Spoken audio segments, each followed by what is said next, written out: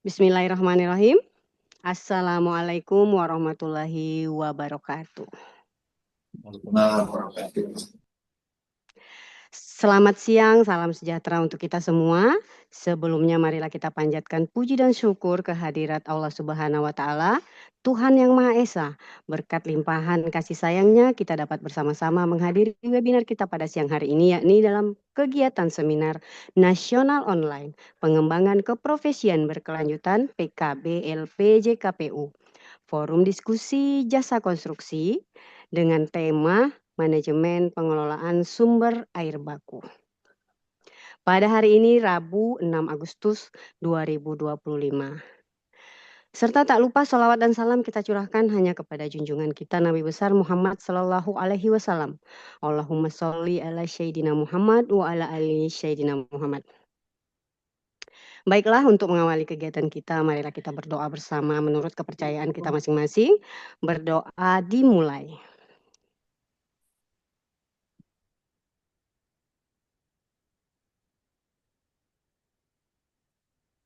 Berdoa selesai. Baik Bapak Ibu, perkenalkan saya Selvi Yuliarni selaku moderator yang akan memandu jalannya sesi diskusi dimulai pada pukul 13.30 waktu Indonesia Barat hingga pukul 15.30 waktu Indonesia Barat. Kami ucapkan terima kasih kepada Bapak Ibu, rekan-rekan dan adik-adik semua yang telah meluangkan waktunya untuk dapat ikut hadir mengikuti acara webinar kita pada siang hari ini. Kegiatan kita pada hari ini akan dibagi menjadi 2 sesi, yaitu pemberian materi oleh Bapak narasumber kita selama 50 menit ya Bapak. Dan dilanjutkan dengan sesi tanya jawab selama 50 menit. Nah, seminar ini juga memberikan kesempatan kepada para peserta untuk berdiskusi dan tanya jawab. Kesimpulan hasil seminar, saran, dan masukan dari peserta akan ditindaklanjuti ke instansi yang berwenang. Pada sesi tanya jawab, kami mempersilahkan kepada Bapak Ibu untuk mengajukan pertanyaan melalui raise hand ataupun melalui kolom chat. Selanjutnya kami ucapkan terima kasih kepada Bapak Insinyur Haji Untung Yasril ST, MT, CPSP, CCMS atas terlaksananya acara webinar nasional kita pada kesempatan siang hari ini. Untuk itu kami mohon kesediaannya menyampaikan kata sambutan. Kepada Bapak, waktu dan tempat kami persilahkan. Terima kasih. Assalamualaikum warahmatullahi wabarakatuh. Selamat siang. Waalaikumsalam. Salam sejahtera bagi kita semua. Yang kami hormati Bapak narasumber pada hari ini yaitu Bapak Dr. Idin Amara, STMT IPU dari akademisi dan juga teman-teman sekalian yang telah hadir pada hari ini. Ini banyak teman-teman kita semuanya. Ada Pak Marhaban ya, Pak Dr. Marhaban dari Jawa Timur, Benpok Sukadi, dan tidak bisa saya sebutkan satu-satu persatu ya. Jadi kami memang rutin mengadakan seminar ini pada setiap hari Rabu dan hari Sabtu. Jadi seminar ini dapat bermanfaat bagi teman-teman sekalian, penilai ahli kegagalan bangunan, ahli konstruksi, ahli pengadaan barang jasa, dosen, mahasiswa, dan juga teman-teman dari kontraktor dan konsultan. Kita berbagi ilmu dan sharing knowledge ya di dalam forum diskusi jasa konstruksi untuk kebaikan negeri kita Indonesia yang sangat kaya ini ya. Dan Bapak Ibu, kegiatan kita ini merupakan kegiatan pengembangan keprofesian berkelanjutan yang akan mendapatkan nilai resmi yaitu SKPK dari LPJ KPU, dan kemudian juga ini bernilai 4 JPL bagi teman-teman di ASN yang diwajibkan mengumpulkan 20 JPL ya dalam minimal setiap tahun. Kemudian juga bagi Bapak dosen dapat bermanfaat untuk tambahan poin sertifikasi ya. Jadi itulah yang bisa kami lakukan untuk membantu teman-teman sekalian. Dan juga kami pada hari ini memberikan apresiasi ya kepada ada 4 orang ya ini yang telah rutin mengikuti seminar kita ini Pak Idi ya teman-teman sekalian. Jadi ini hadiahnya sudah dikirim berupa buku ya. Jadi ini mungkin ada hadir di sini Bapak Ibu ya. Yang pertama itu Bapak Dr. Henry Edi STMT ya. Nah, ini yang juara pertama, beliau telah mengikuti webinar kita ini sebanyak 16 kali dari Wah, mulai Mei sampai dengan Juli ya. Nah, itu berikan tepuk tangan dulu Bu Silvi dan teman-teman ya. iya. Nah, ini kemudian ada Pak Heribertus Nurbawono, ya, Budi Harsanto, ST, ini beliau ikut hadir 13 kali, ya, di dalam seminar kita. Nah, kemudian ada lagi nomor tiga, peringkat ketiga ini Insinyur Muhammad Yusnan, STMT, itu beliau hadir 9 kali ya. Dan kemudian ada Pak Supandi ST. Ini 9 kali beliau hadir. Nah, jadi ini kami mengharapkan ya kepada Bapak yang kami sebutkan namanya dapat membuka videonya ya. Dan ini kami kirimkan berupa apresiasi kami berupa buku ya, buku cara praktis pengendalian kontrak konstruksi dan mendapatkan hadiah juga gratis sertifikat pada hari ini ya. Berikan tepuk tangan dulu ya. Jadi itu saja yang bisa kami sampaikan. Nanti di tanggal 16 Agustus Bapak Ibu kita ada seminar yang sangat heboh nanti ya karena menyambut ini khusus spesial ya 16 Agustus itu di tanggal 16 Agustus nanti eh, seminar nasional spesial Hari Kemerdekaan ya. Nanti kita akan bagi-bagi hadiah ya kuis dan nantikan nanti narasumbernya dan juga materinya tentu sangat menarik ya. Itu saja yang bisa kami sampaikan. Kami mengucapkan terima kasih kepada seluruh eh, Bapak Ibu yang telah berpartisipasi pada hari ini ya, melawan rasa kantuk dan juga melawan rasa lapar. Mungkin ada yang belum lapar ya, belum makan jadi Belum makan siang, untuk Pak. menuntut ilmu ya di pada season kali ini ya. Lebih kurang saya mohon maaf. Wabillahi taufik walhidayah. Wassalamualaikum warahmatullahi wabarakatuh. Waalaikumsalam Waalaikumsalam warahmatullahi warahmatullahi wabarakatuh. Demikian Bapak Ibu ya, bagi Bapak Ibu yang namanya disebutkan tadi, silakan menghubungi panitia atau mengirimkan nomor di kolom chat. Nanti pihak panitia yang akan menghubungi Bapak Ibu sehingga untuk hadiahnya bisa dikirimkan ya Pak ya. Ya. Baiklah, demikianlah kata sambutan dari Bapak Insinyur Haji Untung Yasril STMT CPSP CCMS. Kita berikan aplaus kepada beliau. Baik, hadirin Bapak Ibu, ahli pengadaan barang dan jasa, para pejabat pembuat komitmen, para pakar, para dosen, para ahli konstruksi, ahli konsultan, dan adik-adik mahasiswa. Pada materi kali ini akan membahas tentang manajemen pengelolaan sumber air baku. Untuk itu telah hadir bersama kita pada siang hari ini yaitu Bapak Dr. Idi Namara, STMT, IPU. Untuk itu kami ucapkan terima kasih dan selamat datang kepada Bapak. Saat ini beliau menjabat sebagai Dekan Fakultas Teknik Universitas. Sudah purna, sudah purna. Oh, sudah pernah ya, Pak? Iya, baru Oh, satu bulan lalu. oh ya, baik. Iya, Kalau begitu saya bacakan riwayat Baik, pendidikan. jadi apa Pak? Beserta kalau kaprodinya masih ya Pak ya, kepala sudah. prodi. Sudah juga ya Pak. Oke baik.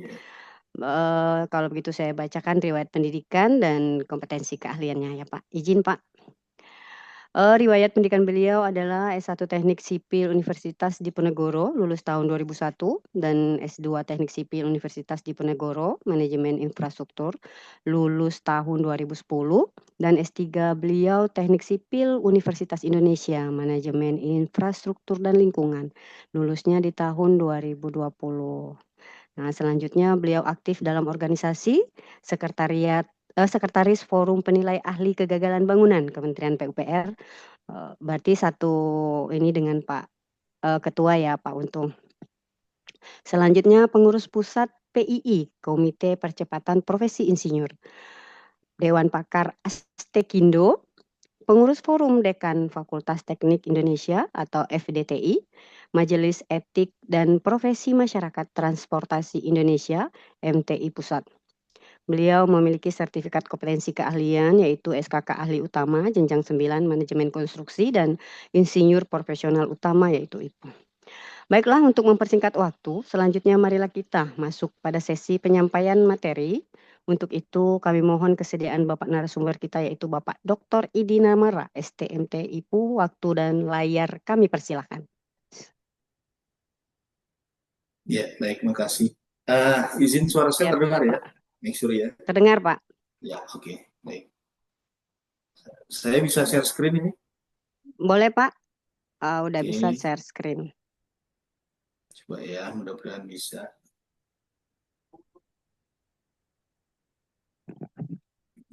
Ini terlihat? Terlihat dengan jelas, Pak. Oke, baik. Assalamualaikum warahmatullahi wabarakatuh. Waalaikumsalam warahmatullahi wabarakatuh. Selamat siang, salam sejahtera, salam sehat buat kita semua. Terima kasih buat semua hadirin, khususnya penyelenggara. Lebih khusus lagi Pak Untung Yasril, ya sahabat, kolega, rekan kerja, rekan satu tim di beberapa organisasi dan juga moderator. Uh, jadi judulnya memang manajemen pengelolaan sumber air baku, tetapi saya tambahkan kata kuncinya itu berbasis manajemen risiko. Kurang lebih begitu.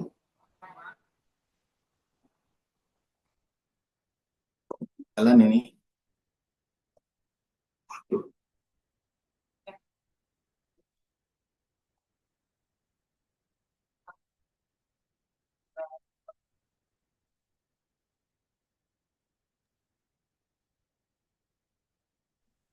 Ini nggak berubah ya halamannya, Bu ya?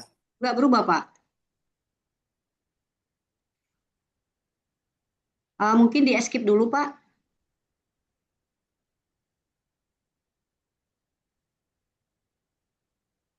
Tekan escape. Bentar ya, sebentar. Ya, tekan escape di layar di keyboard, Pak. Nanti bisa keluar.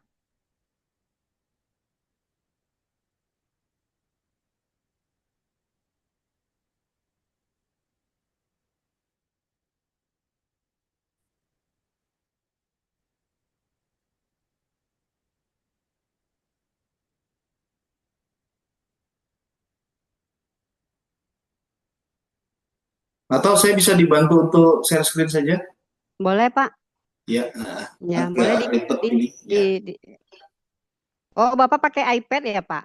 Iya, Oh, agak repot ini. iya, iya. Nah, Sebentar, Pak. Saya minta materinya.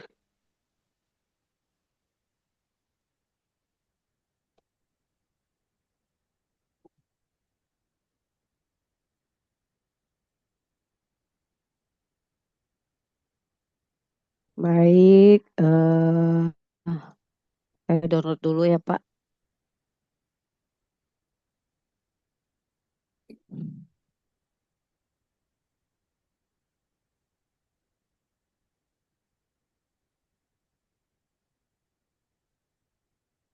Agak lemot sinyal saya, Pak. Mohon oke. ditunggu. Iya. Iya.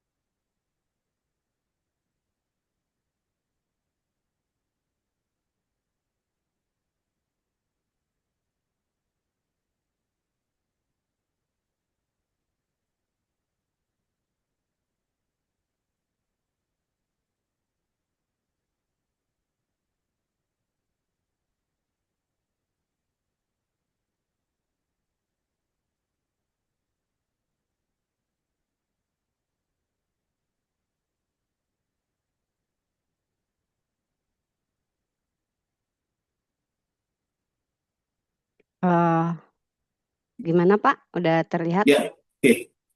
Langsung saja mungkin ke Silakan, Pak. ya. Berikutnya mungkin agak Eh, eh, dimaksimalkan mungkin. Baik, Di view. sebentar, Pak. Hmm.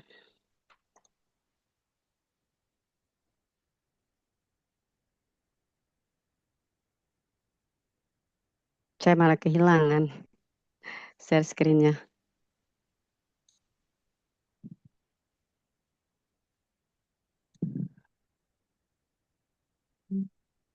Bentar ya Pak, saya stop dulu sebentar.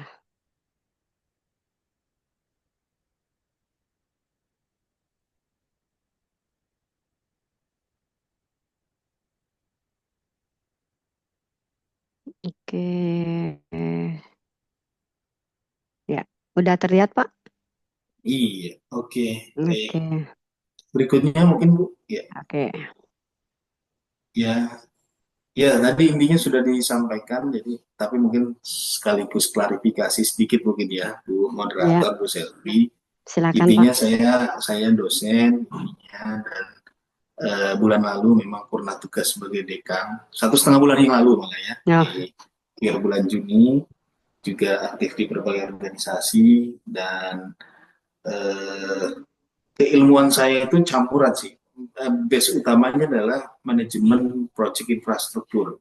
Tapi memang yang lebih saya dalami adalah di pengelolaan sumber air baku, lebih tepatnya ke sana. Jadi base utamanya di manajemen infrastruktur, tapi khususnya di sumber daya air dan rekayasa lingkungan. Kurang lebih seperti itu. Jadi silakan Ibu lanjut aja. oke. Next. Oke. Izin Bapak dan Ibu, ada 3 bagian yang ingin saya sampaikan dalam kesempatan kali ini. Ya, yang pertama kita refresh dulu mengenai apa itu air baku, serta apa saja sih regulasi yang terkait dengan pengelolaan sumber air baku. Kemudian di bagian kedua itu kita melihat bagaimana kondisi saat ini atau beberapa tahun ke belakang, serta khususnya dari kacamata perspektif sungai, itu khususnya lagi di pencemaran. Baru di bagian akhirnya lebih kepada studi case, ya, salah satu sungai di Jabodetabek. Nanti yang ingin saya sampaikan itu dari hasil kajian kami. Baik, berikutnya Ibu, silakan. Ya, ini bagian pertama, lanjut aja langsung. Ya, ini kita yang dari mendasar dulu ya, mendasar kita refresh sejenak bahwa inti sumber air baku itu adalah air yang siap kelola. Atau di sini disampaikan bahwa air baku ini adalah air yang berasal dari berbagai sumber, sungai, danau, waduk, ya, air tanah, mata air, tentu yang memenuhi standar baku mutu tertentu dan digunakan sebagai bahan dasar untuk diolah menjadi air bersih atau air minum, air yang siap kelola. Air baku juga bisa berasal dari air hujan yang ditampung, yang saat ini, beberapa tahun terakhir ini sedang trennya naik ya, dengan berbagai istilah, tapi yang cukup unik istilah memanen air hujan. Baik, berikutnya lagi Bu. Ya, tadi sudah disampaikan bahwa beberapa sumber air baku, ya, ada 4 garis besarnya. Yang pertama adalah air permukaan, yang terdiri dari sungai, danau, waduk, kolam. Sumber ini mudah diakses, bahkan dengan volume yang cukup besar, akan tetapi rentan terhadap pencemaran. Kemudian yang kedua air tanah, ya, ini berada di bawah permukaan tanah dan bisa berasal dari air tanah dangkal maupun dalam. Air tanah ini cenderung lebih terlindungi, ya, dan pencemarannya terutama dari pencemaran. Jadi relatif kecil pencemarannya, walaupun bisa terkontaminasi ya dari ya katakanlah sesuatu perusahaan yang beraktivitas, hasil aktivitas di industri maupun di pertanian. Tetapi secara umum relatif lebih terlindungi. Kemudian ada air hujan, itu pemanfaatan air hujan sebagai sumber air baku. Ini semakin populer, terutama di daerah dengan curah hujan tinggi. Teknologi pemanenan air hujan ini dapat membantu mengurangi tekanan pada sumber air konvensional. Berikutnya mata air. Ini muncul secara alamiah. Ini sesungguhnya juga relatif juga bagus secara baku mutu. Umumnya memiliki kualitas yang baik karena pengelolaannya alami. Namun debit mata air ini masih cenderung terbatas.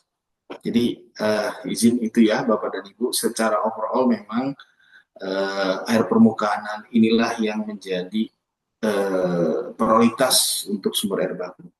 Berikutnya Bu, silakan.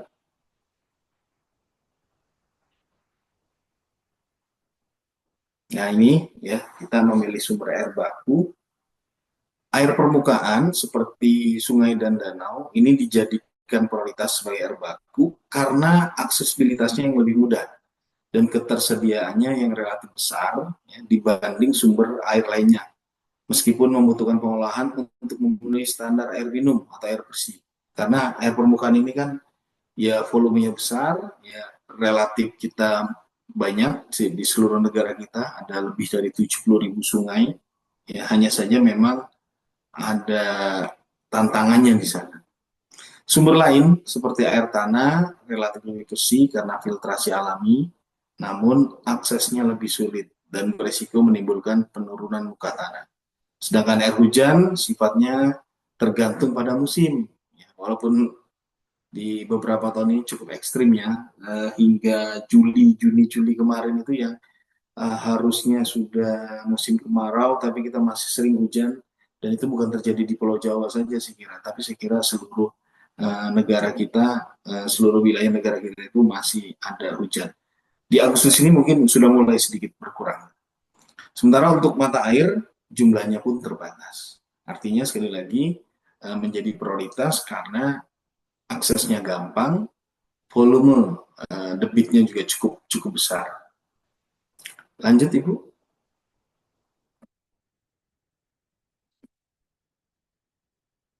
Lanjut. Oke. Kita balik sedikit ke regulasi. Ya, regulasi sebenarnya cukup banyak ya kalau dipetakan gitu. Tapi saya ambil yang menjadi payung utamanya. Payung utamanya adalah tentu undang-undang. Ya. Kita punya undang-undang sumber daya air nomor 17 tahun 2019. Kemudian ada turunannya peraturan pemerintah nomor 30 tahun 2024 tentang pengelolaan sumber daya air. Kemudian juga ada tentang SPAM, Sistem Penyediaan Air Minum. Ini PP Peraturan Pemerintah nomor 122 tahun 2015. Pada saat itu pemerintah itu berbarengan mengeluarkan nomor 121 tahun 2015, tetapi yang 121 itu sudah diupdate kembali. Nah, di bawah PP ini sesungguhnya juga ada peraturan menteri. Ya. Kalau kita bicara air baku, maka bicara baku mutunya, kesesuaian mutunya itu mengacu pada Permenkes, ya, Menteri Kesehatan. Sementara kalau bicara tentang pencemarannya, itu di bawah Permen LHK.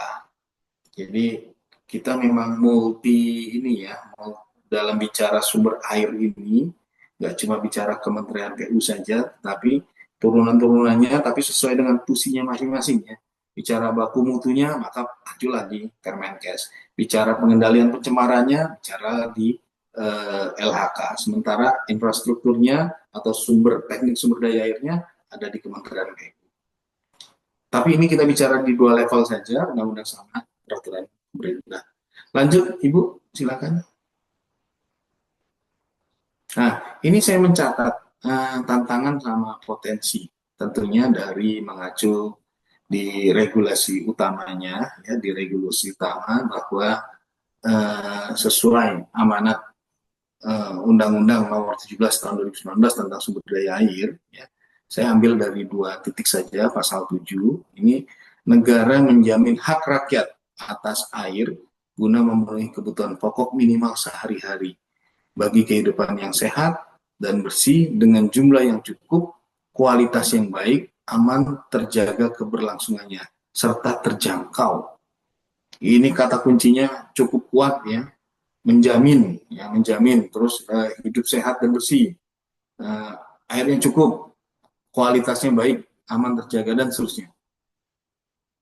Amanah yang disandang ini cukup jelas, tapi juga safety untuk masyarakat kita, untuk rakyat kita. Kemudian di pasal 10, khususnya poin H, ini dipertegas tugas pemerintah dalam penyediaan air baku ya, yang memenuhi kebutuhan pokok. Halo? Bu. Oh, oke.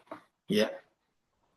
Eh, untuk memenuhi kebutuhan pokok sehari-hari masyarakat pada wilayah sungai lintas negara, wilayah sungai lintas provinsi, serta wilayah sungai strategis nasional. Dan seterusnya. Jadi ada pemerintah provinsi nanti, ada pemerintah kota dan kabupaten. Saya bicaranya di level pemerintah pusat saja. Kemudian bicara bagaimana potensi, tantangan, dan hambatan. Ya.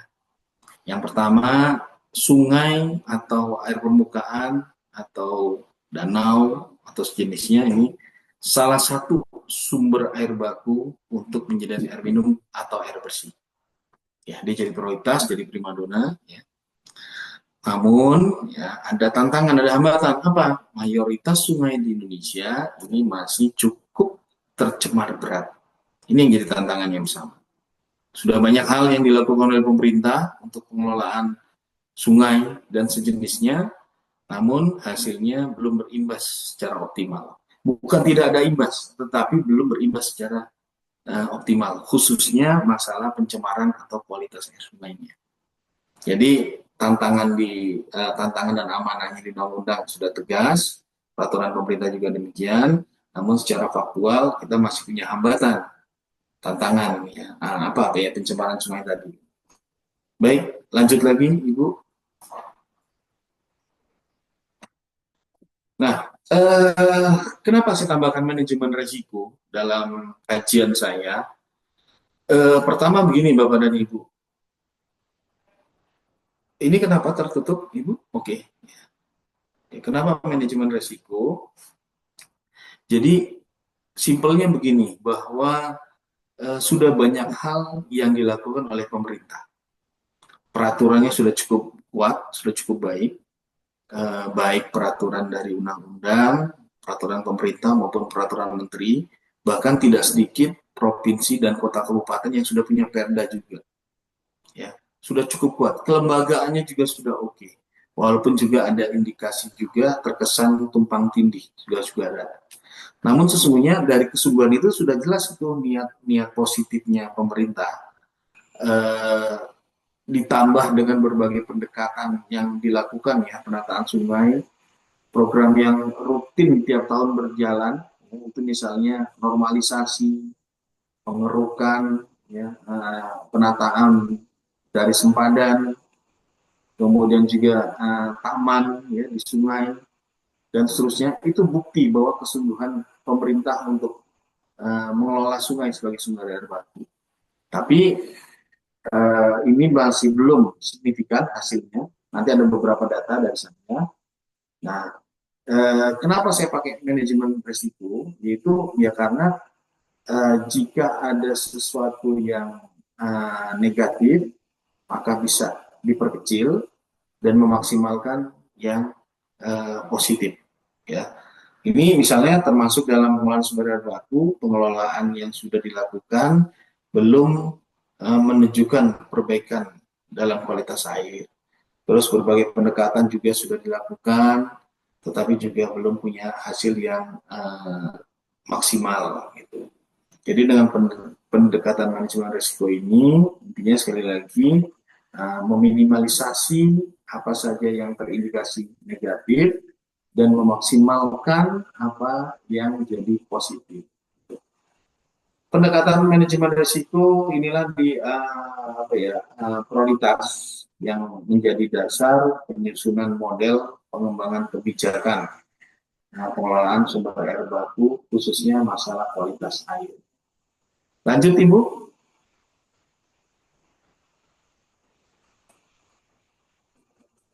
Izin lanjut bisa? Tolong next. Oke. Oke. Nah, kok loncat langsung ya? Coba atasnya lagi, balik.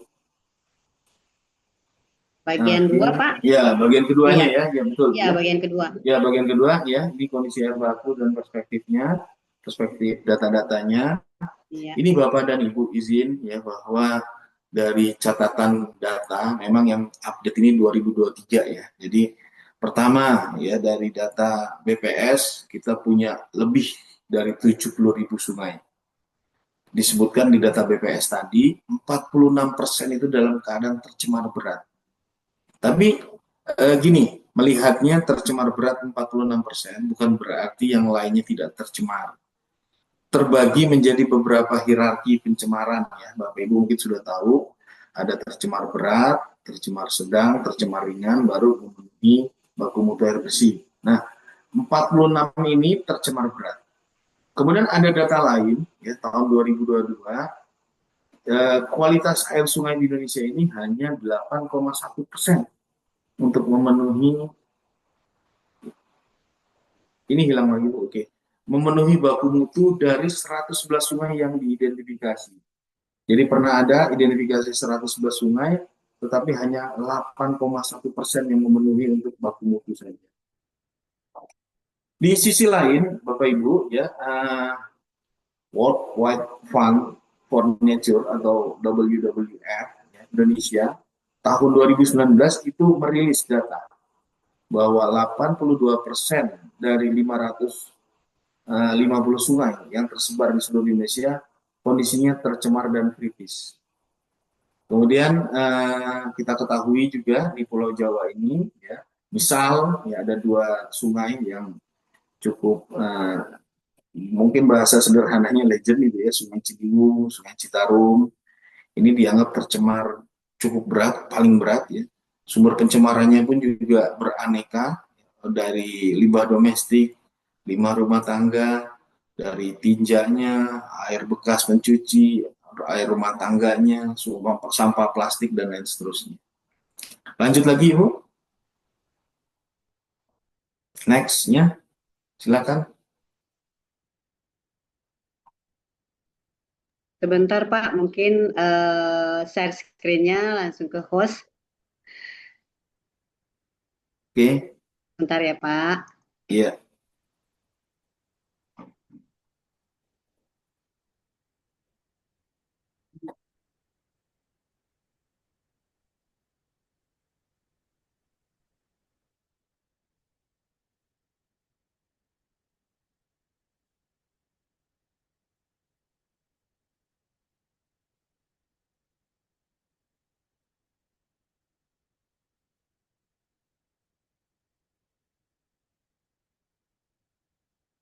Ya, mohon maaf juga ini ya, Bapak dan Ibu, saya ada kendala untuk share screen langsung. Tolong dimaklumi ya, Bu Moderator ya.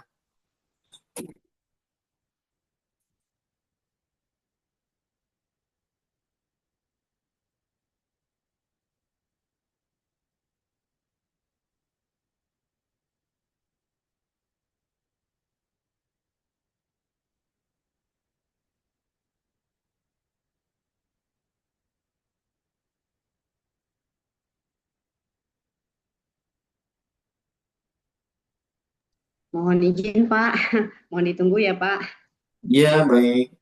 Oke, gimana? Udah terlihat dengan jelas Pak? Iya, Ini udah di materi data lain. oke. Oke. Nah, ini berikutnya ya, Bapak dan Ibu, data lain tadi sudah disampaikan. Ya, data WWF 82% sungai Indonesia rusak dan tercemar. Kemudian data dari negara melalui Kementerian LHK tahun 2020, 2017, 2014 memang terlihat ya ada kemajuan. Itu harus diakui memang upaya pemerintah itu luar biasa. Ya, 2014 84% tercemar berat. Kemudian 3 tahun kemudian turun 75%. 3 tahun kemudian turun lagi 59%. Sayangnya memang di 2023 atau 2024 kami belum mendapatkan data, tetapi memang seingat saya memang turun lagi menjadi kurang lebih 50%. Dan data tadi di BPS disebutkan 46%. Memang tidak begitu jauh ya. Lanjut lagi Ibu. Lanjut.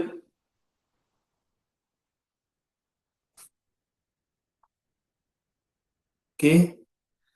UNICEF. Saya cuplik dari tahun 2022. Ya. Hampir 70% sumber air minum rumah tangga tercemar limbah tinja. Ini kalau melihat jadi agak miris gitu ya. Jadi sumber air minum rumah tangga tercemar limbah tinja. tinja. Lanjut. Nah, makanya kuncinya adalah perlu pengembangan tata kelola atau bagaimana pengelolaan yang jauh lebih baik dari SDGs pun juga sanitasi maupun sumber air bersih ini harus 100%. Dan saya mengutip dari data Susenas, Survei Sosial Ekonomi Nasional yang dilakukan oleh BPS, Badan Pusat Statistik, tahun 2019 ada 26,35% rumah tangga yang tidak memiliki akses air minum layak atau sumber air minum yang berasal dari perpipaan, keran umum, sumur bor, pompa, mata air terlindung, air kemasan, air yang dijual eceran atau keliling, dan air hujan.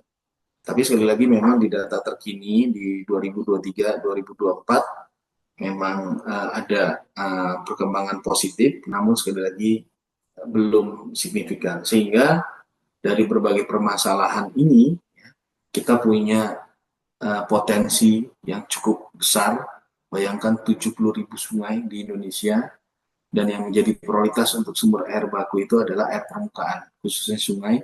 Kenapa? Karena mudah diakses, volume debitnya juga tinggi, namun tantangannya adalah pencemarannya masih relatif cukup tinggi. Data terakhir itu disebutkan 2023 46% masih tercemar berat. Sehingga dari sinilah kajian-kajian yang kami lakukan, bagaimana sih mengembangkan tata kelola yang lebih baik. Itulah tools manajemen risiko coba kami sampaikan melalui kesempatan atau kajian yang kami lakukan. Lanjut Ibu di bagian intinya, silakan. Nah ini bagian ketiga, ya saya ambil studi kasus ya di salah satu penelitian dan kajian saya. Memang ini 3-4 tahun yang lalu, tetapi masih cukup relevan saya kira untuk ditampilkan. Silakan, lanjut lagi.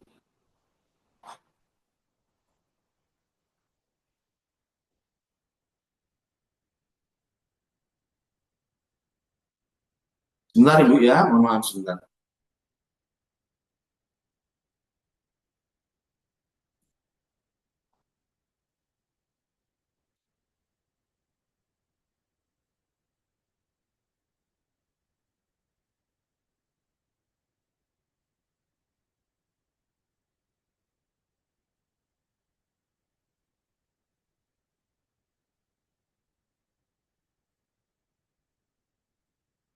Oke, ada 3 bagian nih di kajian yang kami lakukan.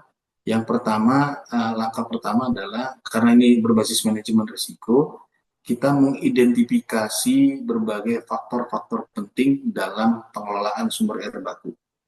Ya, itu yang pertama. Yang kemudian baru kami terapkan analisa risikonya atau manajemen risikonya, dan yang kemudian berikutnya dari manajemen risiko ini kan muncul risk prioritas. Risk prioritas bagaimana skenario atau mitigasi yang dilakukan.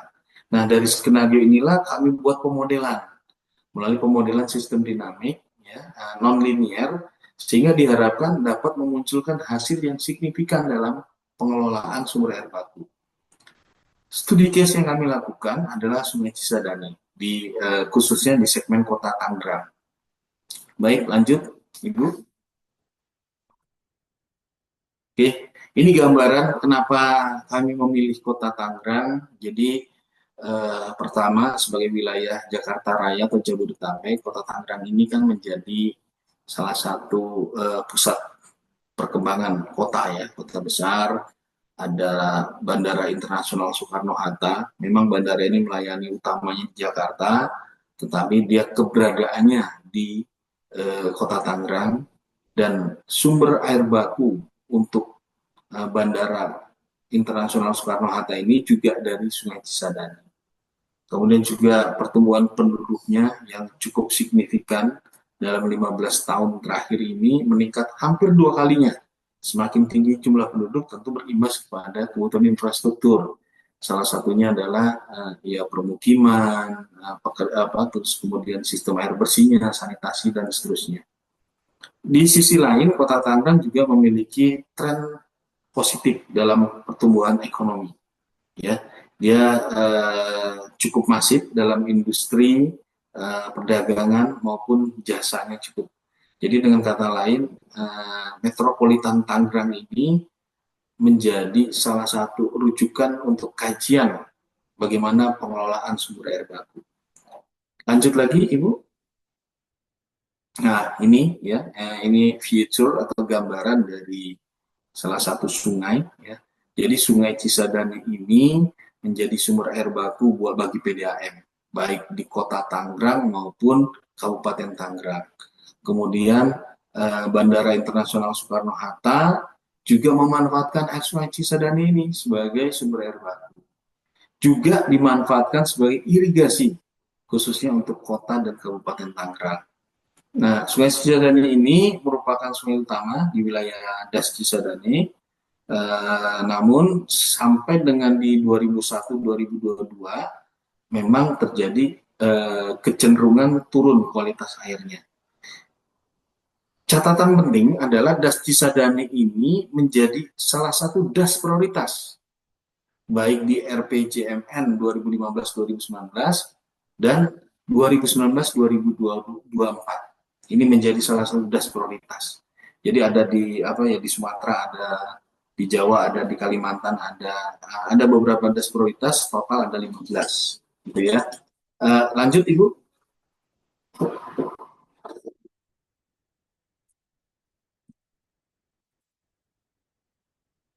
Oke.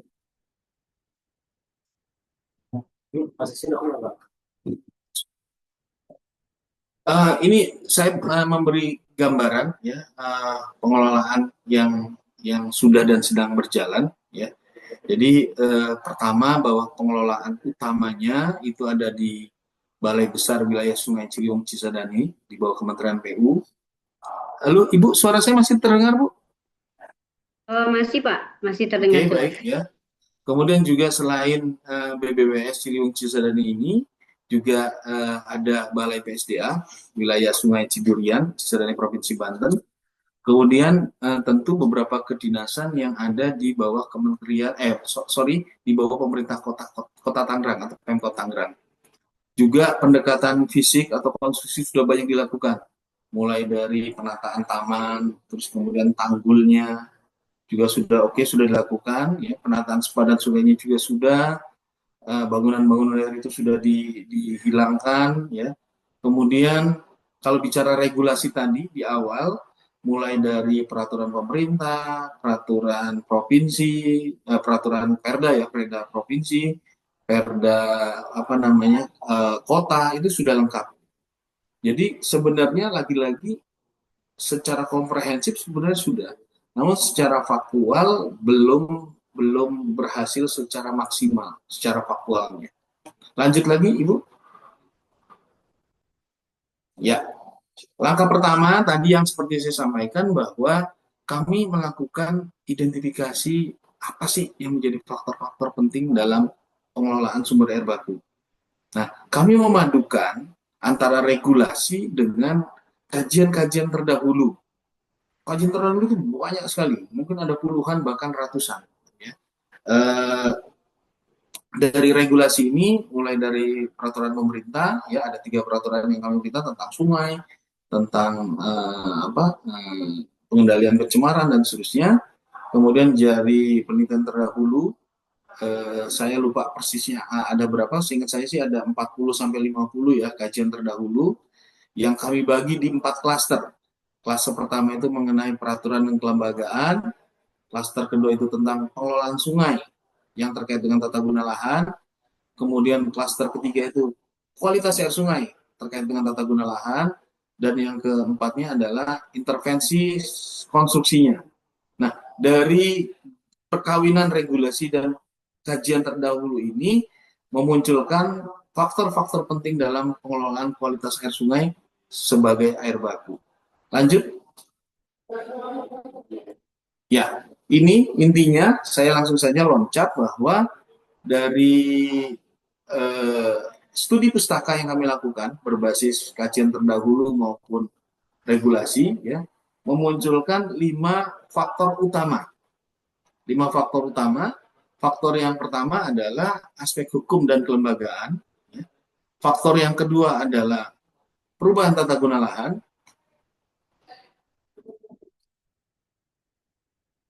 Faktor yang ketiga adalah sistem drainase dan IPAL. Udah semua. Belum ada. Nggak tahu rekomendasi.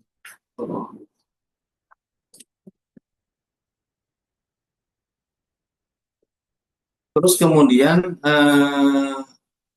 faktor keempat ini adalah pengendalian beban pencemaran, dan yang kelima adalah pendekatan proyek fisiknya.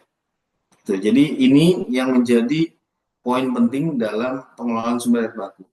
Lanjut, lanjut Ibu. Oke, eh, 5 faktor tadi, ya 5 faktor tadi, kemudian kita kaji secara bersama-sama dengan para stakeholder, ya. Jadi untuk memperoleh keberhasilan dalam pengelolaan kualitas air sungai, kelima faktor tersebut akan dianalisis melalui manajemen risiko untuk mengantisipasi kegagalan dalam mengelola kualitas air sungai. Nah, ini kita lakukan ya bersama beberapa stakeholder yang kemudian divalidasi lagi oleh para guru besar. Lanjut Ibu.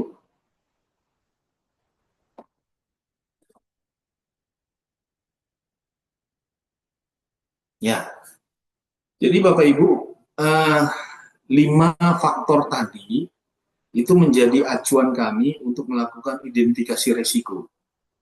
5 faktor tadi. Intinya dari 5 faktor tadi memunculkan 34 resiko. 34 resiko yang kemudian kami nilai. Kami nilai bersama-sama, kami pilih yang mana risk prioritas atau high risk, resiko tinggi. Ya, seperti secara teori kan ada high risk, ada medium risk, kemudian yang terakhir itu ada low risk-nya.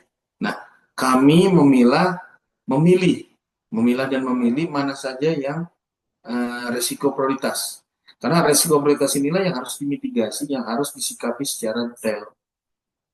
Jadi dari 34 tadi memunculkan 15 resiko prioritas. Ini Bapak dan Ibu. Jadi ternyata ya perkembangan lahan terbangun itu tetap membawa dampak terhadap kualitas sungai. Kemudian pertumbuhan penduduk juga ternyata berdasarkan kajian menambah tingkat pencemaran. Peraturan banyak nih, cukup komprehensif, tetapi ternyata masyarakat masih minim yang tahu. Kemudian juga cakupan layanan misalnya pengolahan limbah ini juga masih minimal. Ya. Beban pencemaran ya dari hulu ke hilir ini sangat wajar lah ya, itu cukup membawa pengaruh. Kemudian secara data kualitas sungai juga dalam 6 sampai 10 tahun terakhir ini juga masih tercemar buruk ya. Perubahan lahan terbuka menjadi industri ini membawa pengaruh terhadap penurunan kualitas air sungai ya. Pembangunan konstruksi ya, pembangunan sektor konstruksi entah itu ruang komersil, permukiman dan seterusnya, ini otomatis mengurangi lahan terbuka. Lahan terbuka berkurang, ternyata berpotensi meningkatkan pencemaran. Industri juga membawa pengaruh terhadap limbah, ya. Buangan limbah cair dari drainase, kita kan multi-purpose untuk drainase. Ini cukup membawa pengaruh signifikan kepada pencemaran di sungai. Dan pengelolaannya ya dominan oleh pemerintah pusat. Beban pencemaran domestik cukup tinggi hasil riset kami. Bangunan yang dibangun, DPT, tanggul dan seterusnya bisa dikatakan di studi case kami itu belum berfungsi secara maksimal. Karena salah satu indikatornya adalah pembangunannya saat itu masih multi years. Jadi tidak langsung dalam 1 tahun anggaran selesai. Dia bertahap ya, sehingga ternyata itu membawa pengaruh juga. Jadi intinya Bapak Ibu, dari 5 kategori faktor penting kami melakukan analisis risiko melalui identifikasi terlebih dahulu. Dari identifikasi itu muncul 34 itu kemudian kami nilai memunculkan 15 risiko prioritas. Inilah 15 risiko prioritas tersebut. Lanjut, Ibu. Nah, ini ya langkah berikutnya kita melakukan menyusun fishbone-nya. Ya. Yang garis tebal biru itu, Bapak Ibu, eh, merupakan faktor penting. Ya. Kemudian yang garis orange kemerahan itu adalah eh, pendampingnya utama berikutnya, dan merah ini juga didukung oleh yang garis hitam tadi. Total ada 34. Artinya begini, ketika hal ini tidak bisa diantisipasi, maka akan berimbas terhadap tetapnya menurunnya menurunnya kualitas air sungai. Dalam hal ini, case-nya kami adalah kualitas sungai air Cisadane di Kota Tangerang. Lanjut, Ibu. Oke. Nah, ini dari mitigasinya ternyata yang pertama kita mengenal ada regulasi mengenai RPH. Ya, RPH bahwa untuk kota metropolitan itu minimal 30% harus ruang terbuka hijau. Mohon izin saya tutup pintu dulu.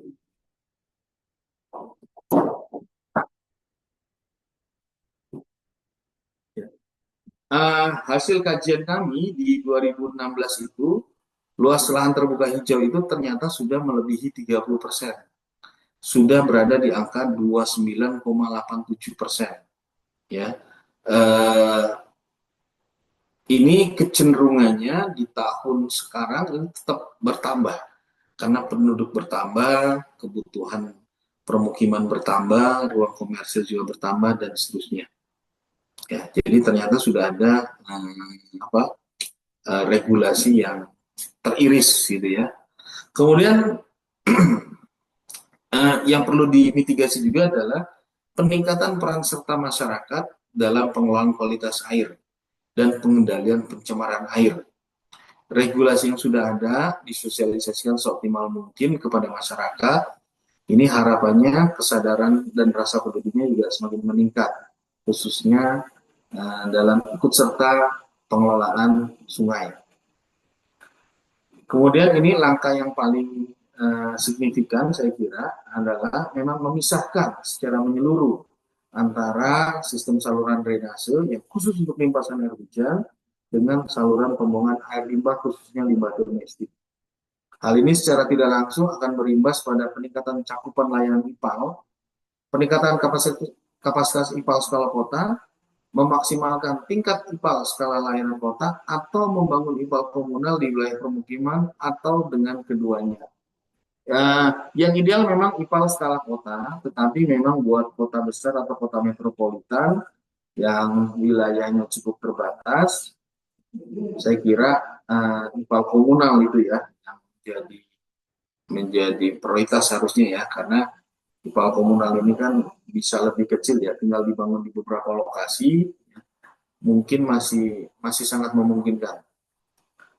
Jakarta sendiri juga beberapa tahun terakhir ini, 2-3 tahun terakhir ini sudah mulai mengenjot pembangunan IPAL-nya di skala kota, khususnya di Jakarta Utara, Jakarta Pusat sudah mulai dibangun. Kemudian yang keempat, ini memperkuat implementasi peraturan yang ada. Jadi aturan yang ada kami nilai sudah cukup oke.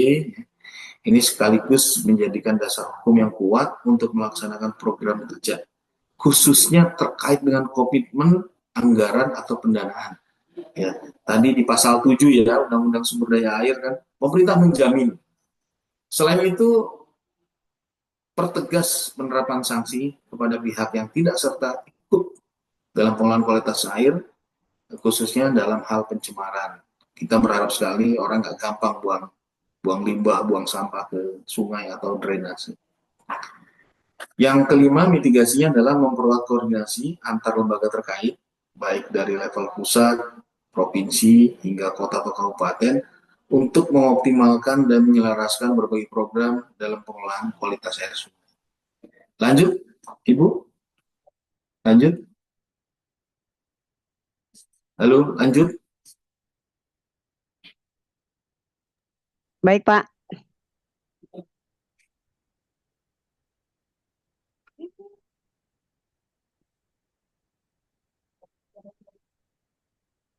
Maaf, Pak, agak macet. Iya.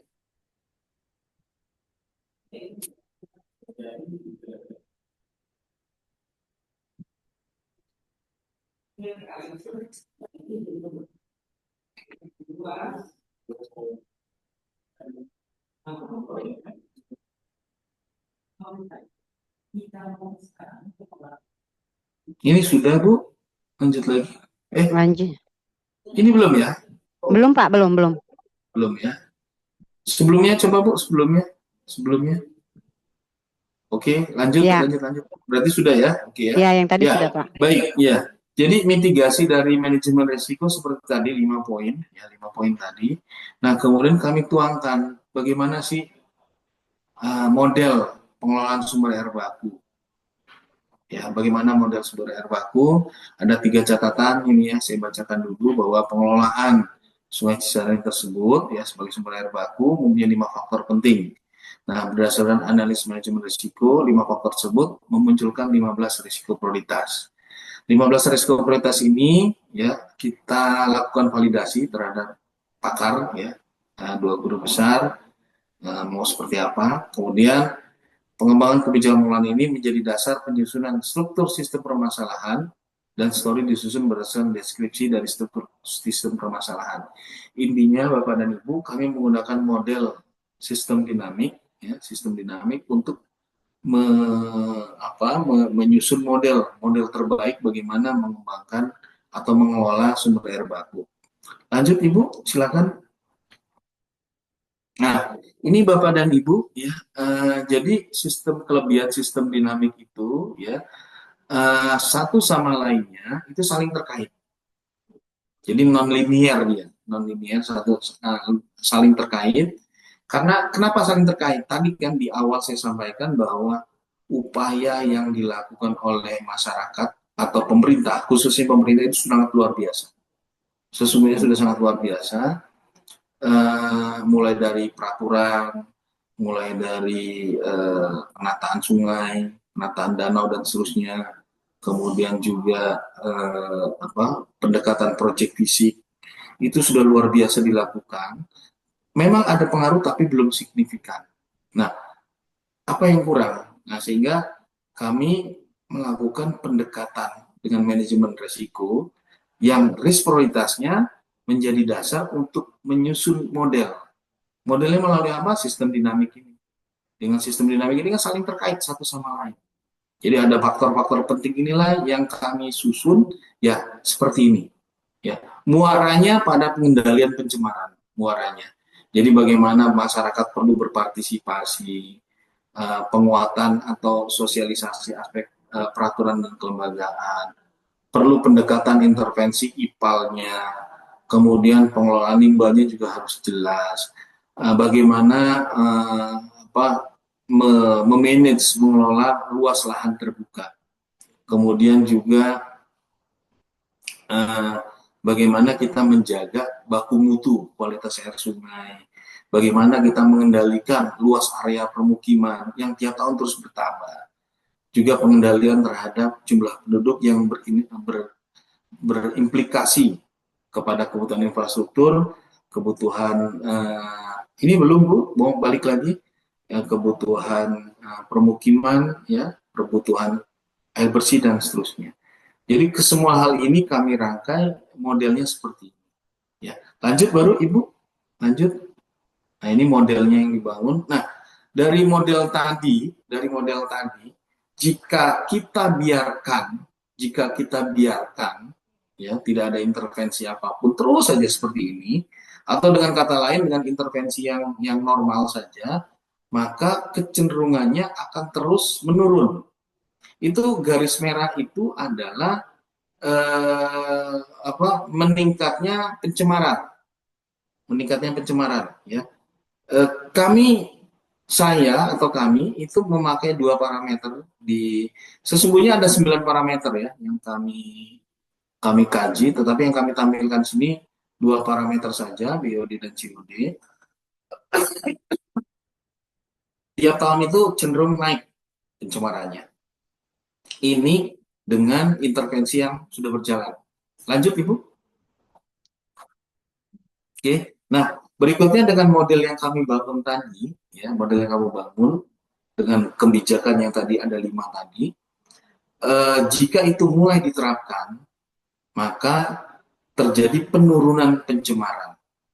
Terjadi penurunan pencemaran yang diprediksi pada tahun 2029, 2028 sampai 2029, ini baku mutu air Sungai Cisadane itu mendekati baku mutu air kelas 2. Seperti kita ketahui, air kelas 2 itu adalah level kualitas air bersih. Jadi dari model ini, ya, model sistem dinamik tadi, ternyata berpotensi cukup baik untuk bagaimana mengelola sumber air baku tadi. Lanjut, Ibu. Nah, ini ya beberapa skenario yang diperlukan, ya, khususnya karena studi kasusnya adalah di Kota Tangerang. Ya. Yang pertama, ini memperkuat aspek kelembagaan dan peraturan, khususnya terkait dengan keterpaduan program penanganan sungai, serta komitmen anggaran untuk membangun IPAL khususnya. IPAL dan kami harapkan juga sambungan langsung ke rumah warga. Ini total ada hampir 300.000 sambungan langsung ke rumah. Kemudian meningkatkan cakupan layanan IPAL, ya, diharapkan yang ideal ya tetap 100%. Peningkatan layanan IPAL ini sekaligus memisahkan saluran drainase dengan saluran air limbah domestik. Ini saya kira kalau Bapak Ibu pernah berkunjung ke beberapa negara tetangga yang dianggap maju, ya Singapura misalnya, mereka sudah memisahkan ini.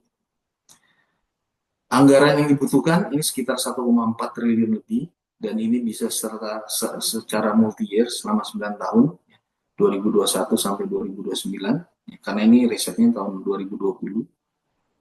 Kemudian warga kami harapkan juga secara konstan itu minimal tidak melakukan pencemaran atau tidak membuang sungai, ya. Baik sungai secara langsung buang sampah atau melalui saluran limbah, saluran drainasenya, ya. Atau buang sampah di tengah jalan tertiup angin, limbah plastiknya atau makanan, sisa makanan masuk ke sungai akhirnya. Itu 60% saja, 60% saja masyarakat ikut menjaga kebersihan, itu sudah punya pengaruh signifikan terhadap pengelolaan sumber air baku. Lanjut, Ibu. Terakhir ini saya kira, nah ini ya kesimpulannya, ya tadi ada 3 langkah, maka jawabannya juga ada 3. Yang pertama bahwa sekali lagi ada 5 faktor penting dalam pengelolaan sungai sebagai sumber air baku. Yang pertama adalah aspek peraturan dan kelembagaan, terus yang kedua perubahan tata guna lahan, yang ketiga ini pengendalian beban pencemaran, yang keempat ini pendekatan proyek konstruksinya, proyek fisik, yang kelima adalah mengenai sistem drainase dan IPAL. Kemudian dari 5 faktor tersebut memunculkan 34 resiko, dan dari 34 ini ada 15 resiko prioritas. Kemudian model tata kelola yang kami ajukan melalui sistem dinamik tersebut, ya, diperlukan anggaran sebesar 1,4 triliun lebih, ya, ini selama 9 tahun, dan kata kuncinya adalah membangun IPAL untuk melayani 100% di permukiman, atau jumlah sambungannya itu hampir 289.000 sambungan rumah, dan minimal kami berharap partisipasi masyarakat untuk menjaga kebersihan sungai, atau dengan kata lain tidak mencemari sungai itu 60% saja masyarakat tidak mencemari sungai itu sudah mampu menjaga kualitas sumber air baku dalam hal ini sungai. Jadi itu Bapak Ibu kesimpulannya dari bagaimana kami melakukan kajian terhadap salah satu studi case-nya. Mungkin lanjut, Ibu. Iya, sudah. Oke. Terima kasih, Bapak Ibu. Baik. Baiklah, untuk mempersingkat, maaf, demikianlah pemaparan materi oleh Bapak narasumber kita pada siang hari ini. Selanjutnya kita masuk pada sesi tanya jawab. Kami berikan kesempatan kepada Bapak Ibu, rekan-rekan dan adik-adik mahasiswa untuk mengajukan pertanyaan melalui raise hand ataupun kolom chat dengan memperhatikan waktu untuk menyampaikan secara singkat dan jelas. Mengingat waktu diskusi hanya tersisa 30 menit. Baik, untuk Bapak Ibu yang ingin bertanya, kami persilahkan untuk raise hand. Mungkin Bapak Insinyur Sukadi, silakan Bapak. Yang videonya sudah ready, boleh silakan Pak Insinyur Sukadi. Mungkin Bapak bisa raise hand atau langsung bertanya Pak, silakan. Ya, Pak Marhaban udah banyak pertanyaan di kolom Iya, chat. betul. Pak Marhaban ada. Pak Marhaban ini ada di kolom chat. Kayaknya saran aja nih Pak, bukan pertanyaan nih. Sudah Biar saya Pak rangkum. Marhaban bacakan sendirilah. Oh, baik-baik. Silakan Pak Marhaban mungkin akan menyampaikan secara langsung. Kami berikan waktu. Halo Pak Marhaban, silakan Pak. Terima kasih. Assalamualaikum warahmatullahi wabarakatuh. Waalaikumsalam warahmatullahi wabarakatuh. Prinsip dasar kita sudah keluar masuk hutan ya, kaitannya dengan bendungan, embung dan lain sebagainya. Regulasi undang-undang juga cukup bagus. Ya. Kemudian sanksi juga berat. Akan tetapi kondisi hutan kita sebagai penyangga air baku ini sudah habis. Satu hal yang ngeri, ini di Pulau Maluku, di Pulau Kalimantan dan Sumatera, semua ditanami oleh kelapa sawit. Dan industri juga sangat luar biasa. Pencetakan sawah juga sangat luar biasa. Maka kami cukup khawatir dengan Bapak kita yang waktu itu Bapak Muhammad Soeharto selaku Presiden RI pernah mencanangkan rebuisasi. Nah, hal itulah air baku sekarang, khususnya ketika debit air pada musim kemarau. Di bendungan-bendungan ini fiskalnya sudah sangat mengkhawatirkan. Ini bagaimana?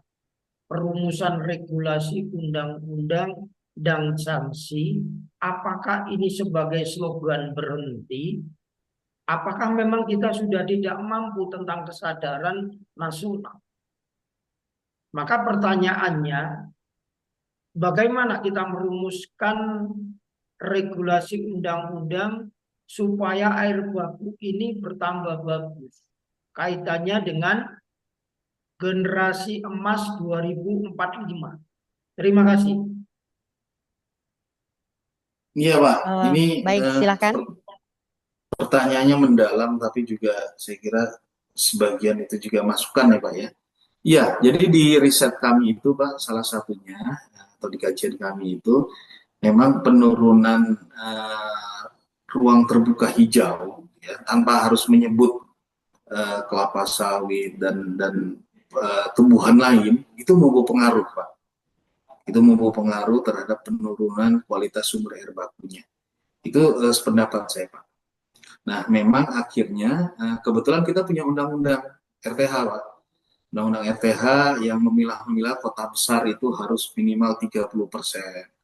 Kota kecil sekian. Itu yang harus kita jaga. Salah satu PR besarnya ya tadi mengendalikan ruang terbuka hijau tadi ya. Kemudian apakah perkara tanamannya harus diatur lebih lanjut, saya kira itu mungkin ranahnya dinas yang lain. Kemudian terkait sama peraturan ya Pak ya, peraturan sama Pak. Sesungguhnya yang saya cermati itu dari 3 sampai 4 regulasi itu ya, dari hasil kajian juga isinya betul Pak, bagus itu Pak. Tapi ketika kami terjun ke masyarakat itu minim yang tahu.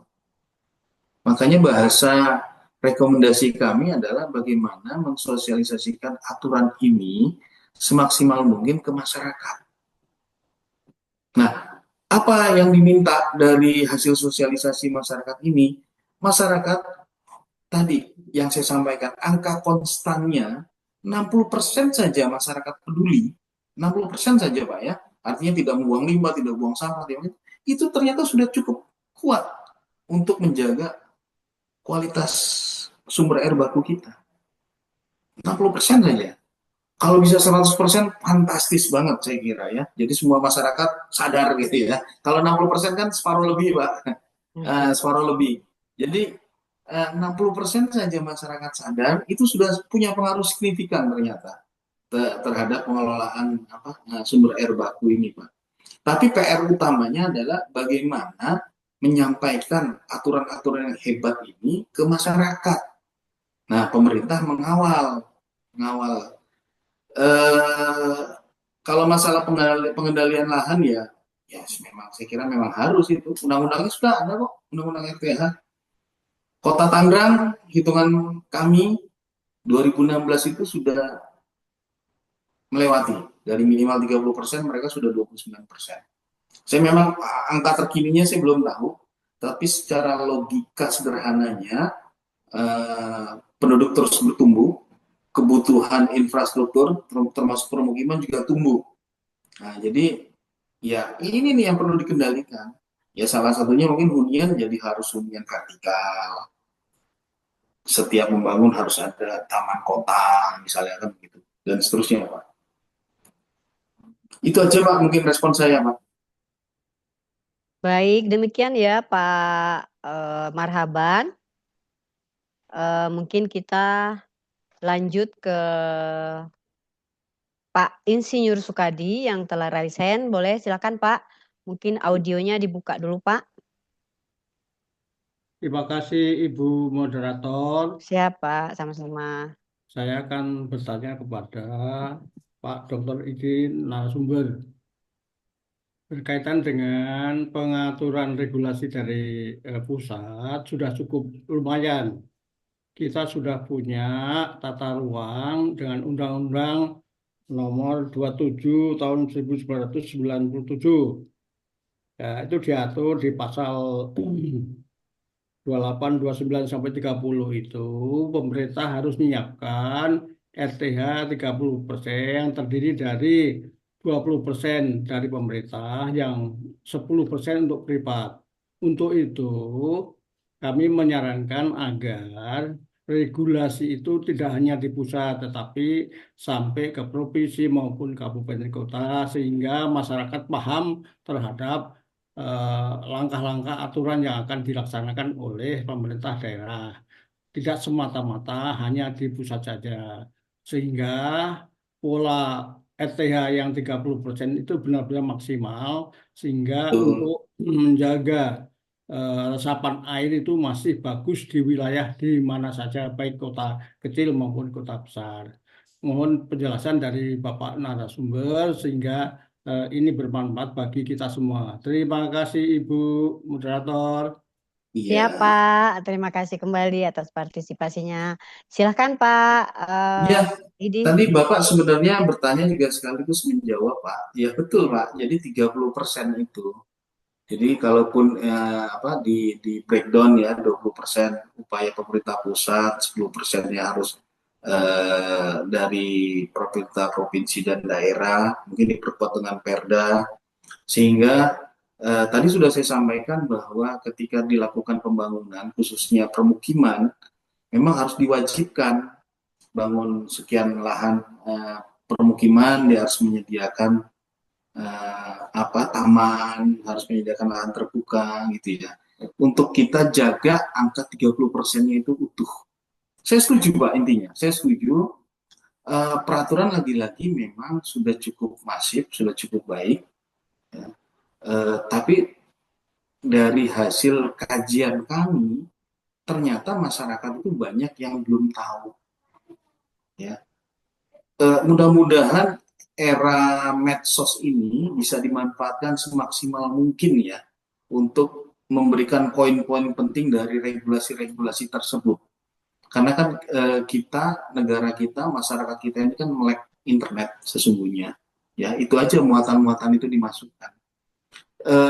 Saya melakukan kajian ini di sekitar 2019 sampai 2020, 2021 lah ya, 5 tahun yang lalu. Memang medsos belum semasif sekarang. Sudah masif tapi belum semasif sekarang. Mungkin mulai masif betul-betul itu setelah pasca COVID mungkin ya. Nah ini yang mungkin bisa dimanfaatkan secara optimal sekarang. Prinsipnya sepakat Pak saya. Jadi harus ada peran serta dari pemerintah daerah, ditambah lagi para pelaku usaha. Ketika dia membangun, dia harus diminta untuk menyediakan lahan terbuka hijaunya. Dalam rangka apa? Penegakan regulasi undang-undang RTH tadi.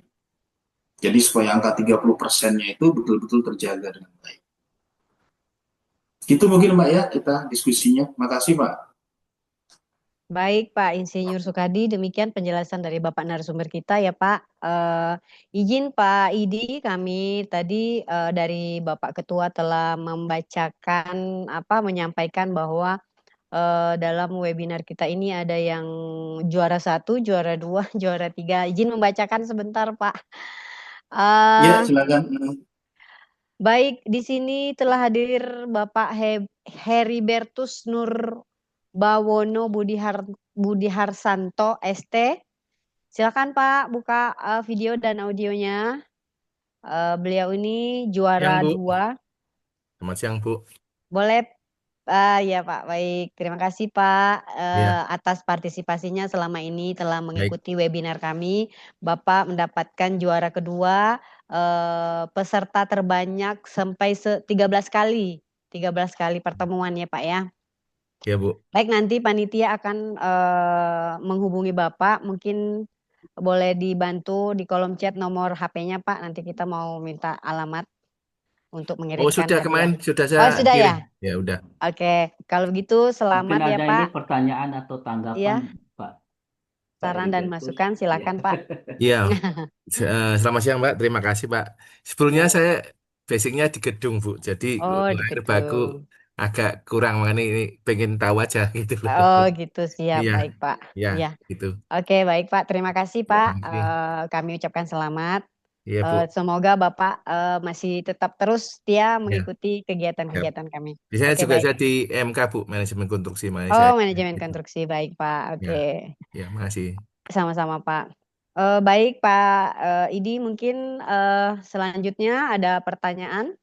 Pak Muhammad Sodri tadi melakukan raise hand. Silakan Pak Sodri. Pak Sodri, halo. Silakan Pak Sodri. Tadi saya lihat Bapak melakukan raise hand. Silakan, mungkin ada pertanyaan yang ingin diajukan. Baik, terima Silakan. kasih. Baik, terima kasih Bu Selvi. Ya, siap. Izin bertanya nih Pak Idi. Silakan Pak. Terkait sumber air baku ini kan kita bisa beragam-ragam tuh Pak. Bisa sungai, termasuk air tanah dalam ya. Nah, terkait air tanah dalam, sekarang itu kan sudah ada Kepmen SDM nomor 291 tahun 2023 Pak ya, terkait penggunaan air tanah.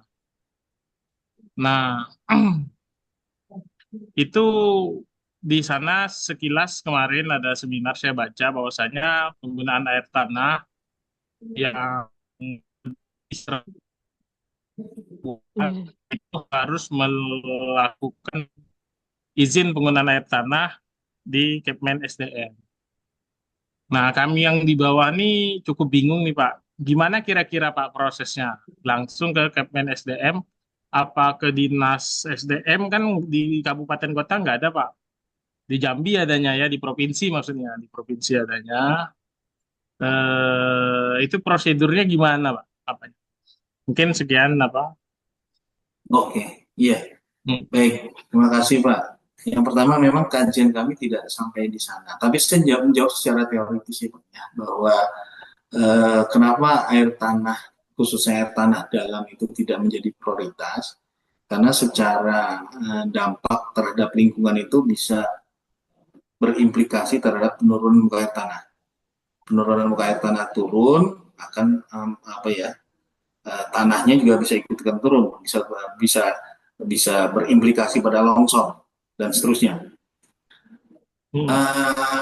Ada di ESDM karena itu memang bagian dari sumber daya mineral, dan repotnya memang salah satu antara repot sama untung ya, repot dan untung, bukan untung Yasril ini ya. Jadi kita otonomi itu kan lebih kepada tusinya sih Pak sebenarnya, bukan kepada nama tapi kepada tusinya. Nah di sini saya kurang hafal di dinas daerah Bapak itu tusinya bagian ESDM itu di dinas mana. Gitu. Kalau tidak ada, ya saya kira langsung loncat ke provinsi. Di provinsi baru ada, mungkin bisa dikonsultasikan di sana. Tetapi kalau kita bicara sumber air baku, memang yang paling prioritas itu adalah sumber air baku permukaan. Air tanah dalam bukan dilarang ya Pak ya, tetapi memang ada regulasi yang mengatur untuk proses perizinan.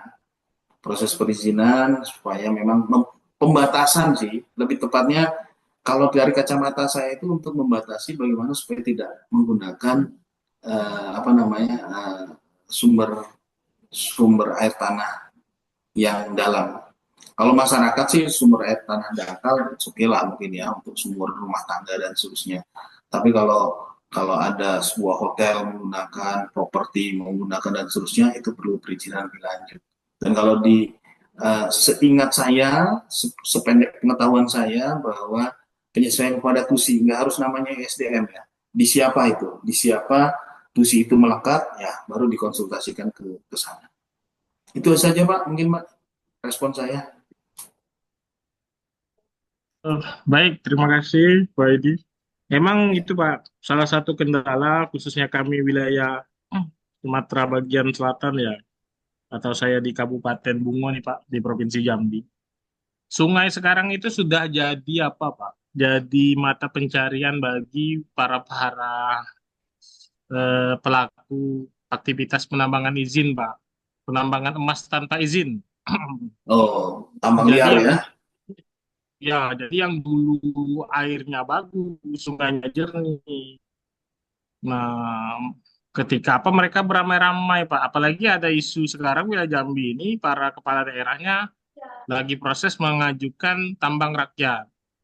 Jadi emang terjadi penurunan terhadap kualitas di air sungai itu Pak. Memang kita belum melakukan penelitian nih dari hulu ke hilir bahwasanya pengaruh kualitas air terhadap aktivitas penambangan emas tanpa izin tersebut. Cuman kan secara awam airnya menjadi keruh, kemudian ya warnanya sudah berubah, baik rasanya, apalagi dicampur dengan alat. Nah, jadi emang beberapa opsi emang ke air tanah dalam, Pak.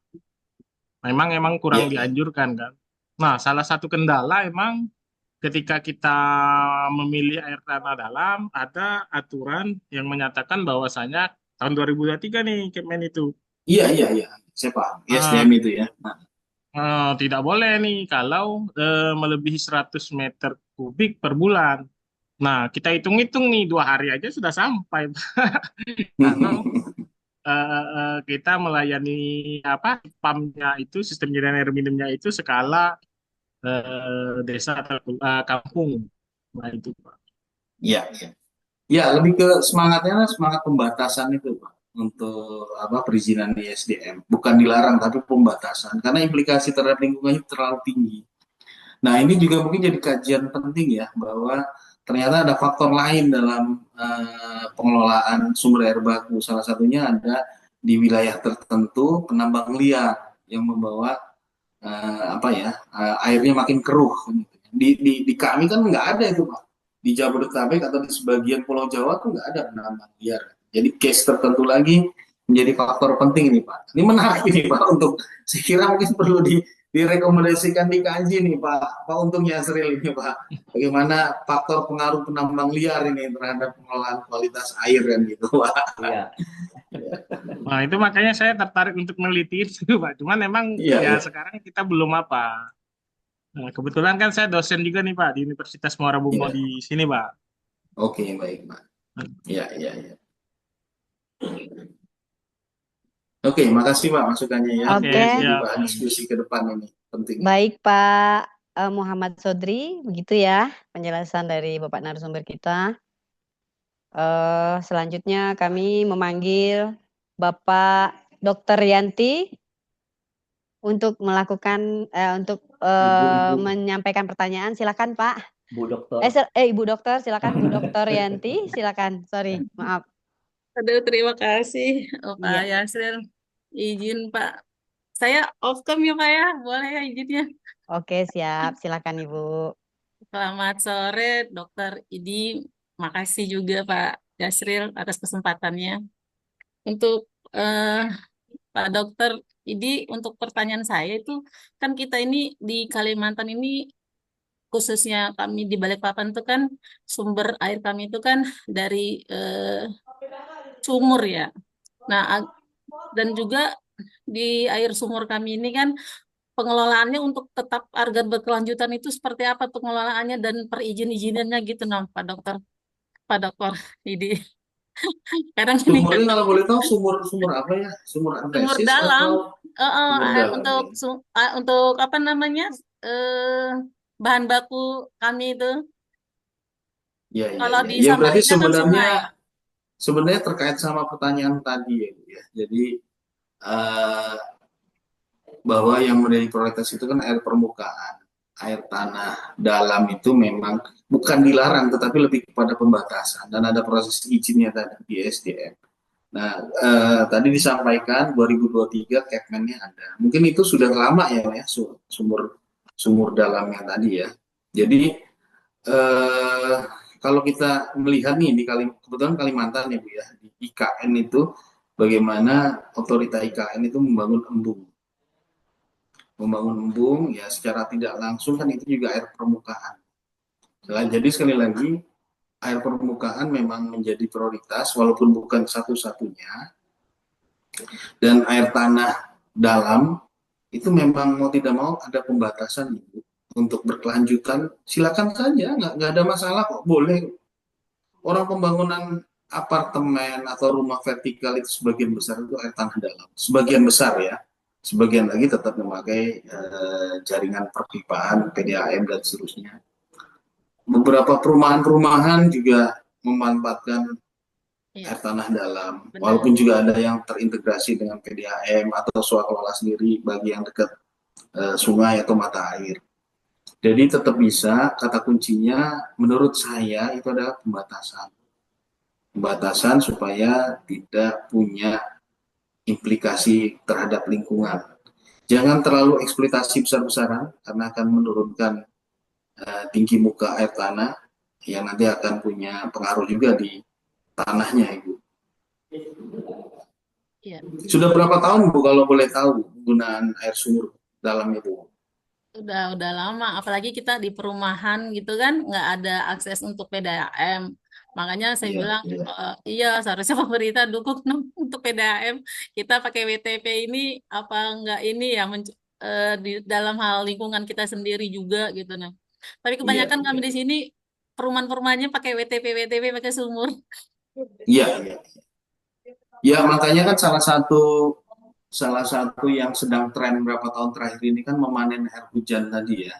Ketika akses air permukaannya agak jauh, bahkan sulit secara teknis, akhirnya mau nggak mau kan, kalau mata air juga misalnya nggak ada, ya berarti ketergantungan kepada air tanah, dan tidak ada salahnya untuk bagaimana mengkaji pemanfaatan atau memanen air hujan. Jadi paling tidak dijaga itu dua sumber ya, memanen air hujan sama air tanah dalam. Sambil terus ya saya kira itu ya pemerintah itu kan punya kewajiban menyediakan gitu. Apakah dengan truk tangki ya berapa hari sekali datang untuk suplai air. Karena kalau bolak-balik dieksploitasi, khawatirnya dalam titik tertentu eksploitasinya berlebihan, ya implikasi kepada lingkungannya ya jadi lebih besar gitu. Itu ya Bu Yanti, mudah-mudahan cukup mewakili jawabannya. Terima kasih Pak Dokter. Ya. Baik, begitu ya Bu Dokter Yanti dari Kalimantan ya.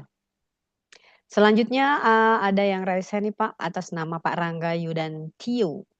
kepada Pak Rangga mungkin. Silahkan, audio dan video dibuka. Baik Bu Selvi, terima kasih Bu. Ya, silakan Pak. Mungkin langsung saja Bu, perkenalkan saya Rangga Yudantio Bu dari Dinas PUPR Kabupaten Bungo, Ya, bidang sumber daya juga Pak. Mungkin setelah mengikuti paparan tadi Pak dari Pak Idi, memang sangat menarik nih Pak, terkait sumber daya air, kemudian juga sumber air baku yang sampai saat ini cukup memprihatinkan bagi kita semua nih kayaknya Pak. Jadi memang tentang kebijakan tata kelola kualitas air ini kan tetap muaranya Pak di pengendalian pencemaran dan partisipasi masyarakat. Mungkin di daerah kami Pak, memang secara kualitas, kebetulan dengan Pak Sodri tadi kita satu kabupaten ya Pak. Memang apa yang disampaikan Pak Sodri itu terjadi saat ini Pak di Kabupaten Bungo terkait kualitas sungai, bukan hanya kualitas, kuantitasnya pun bisa berkurang Pak terkait sumber air baku ini karena dikelilingi oleh perkebunan sawit, ditambah lagi apa yang disampaikan Pak Sodri tadi terkait tambang liar nih Pak.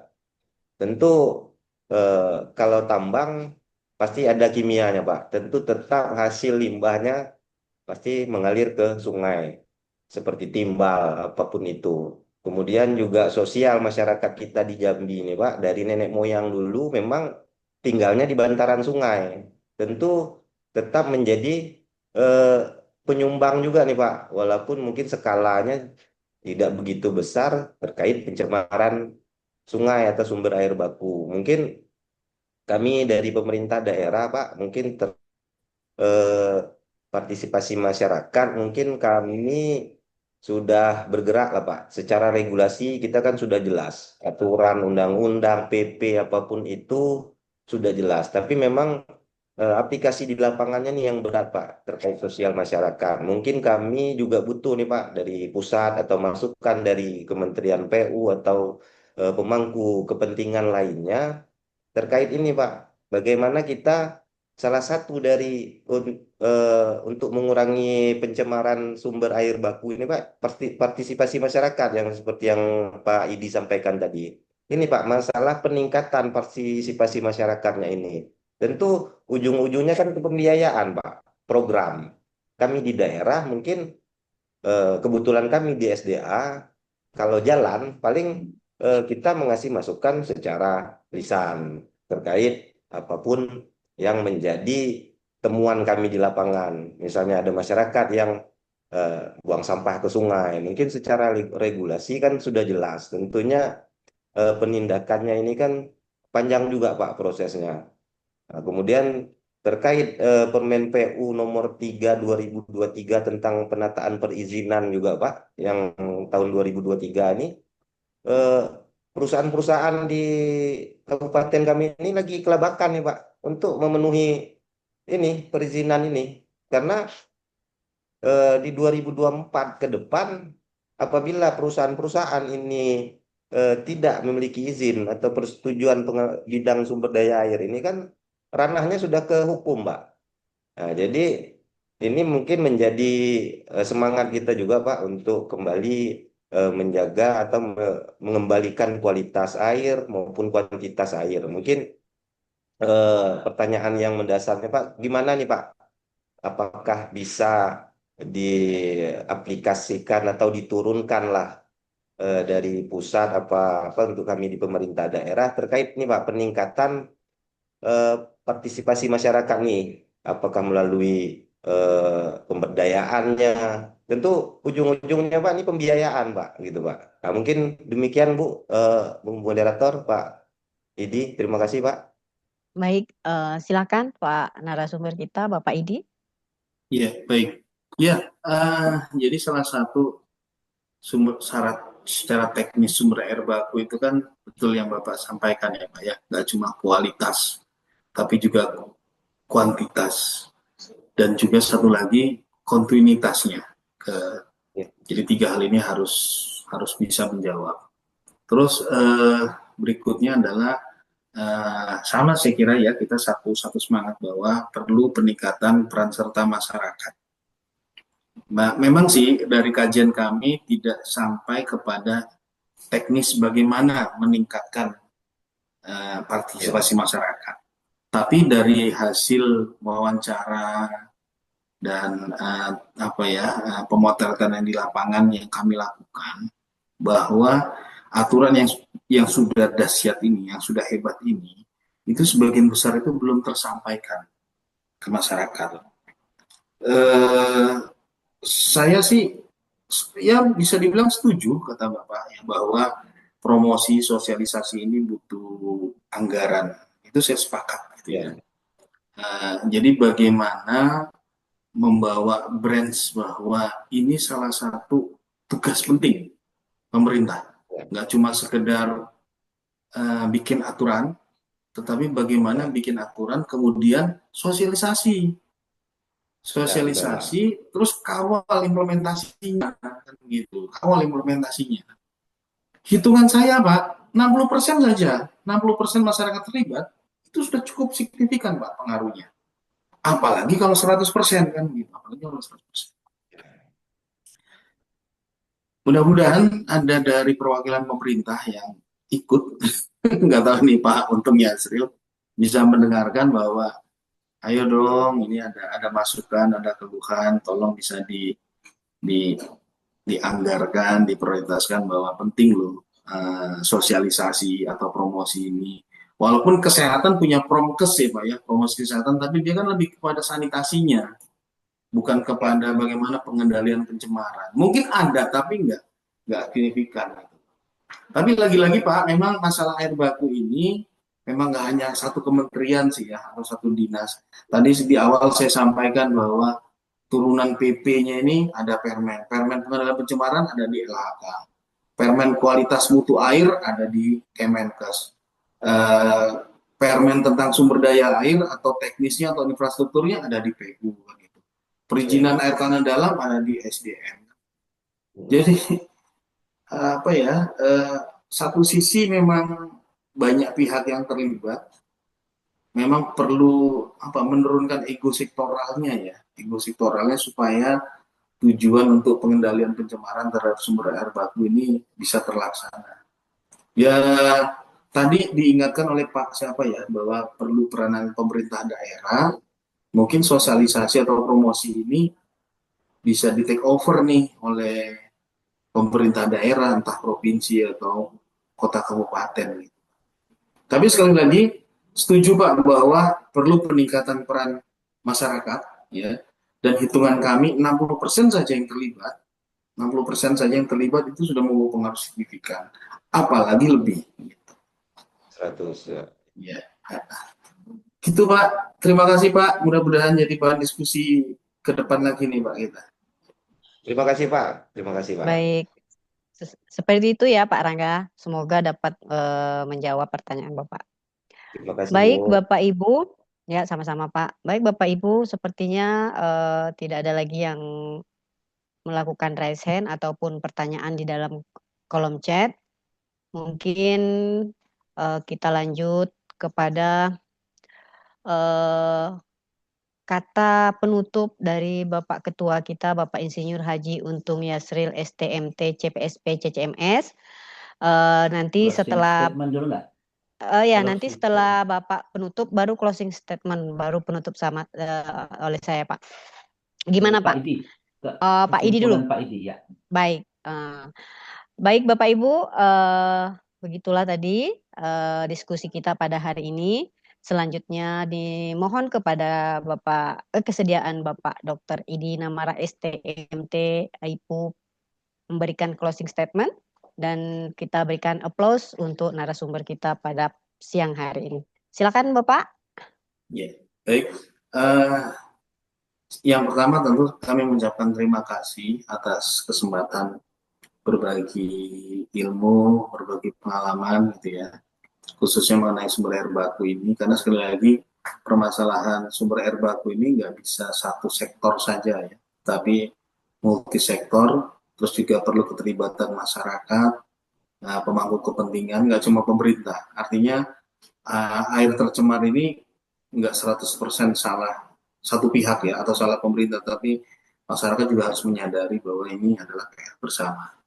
Dan semangatnya kita jangan sampai turun ya, karena secara fakta walaupun belum signifikan tetapi ada pertumbuhan positifnya.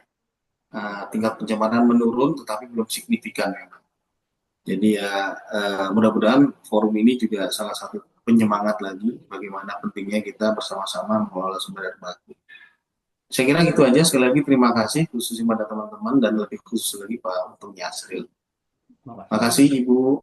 Ya, sama-sama Pak. Terima kasih juga atas materi dan ilmu yang diberikan pada siang hari ini. Baiklah, selanjutnya kembali kita dengarkan bersama kata penutup dari Bapak Ketua, yaitu Bapak Insinyur Haji Untung Yasril, STMT, CPSP, CCMS. Kepada Bapak kami persilakan.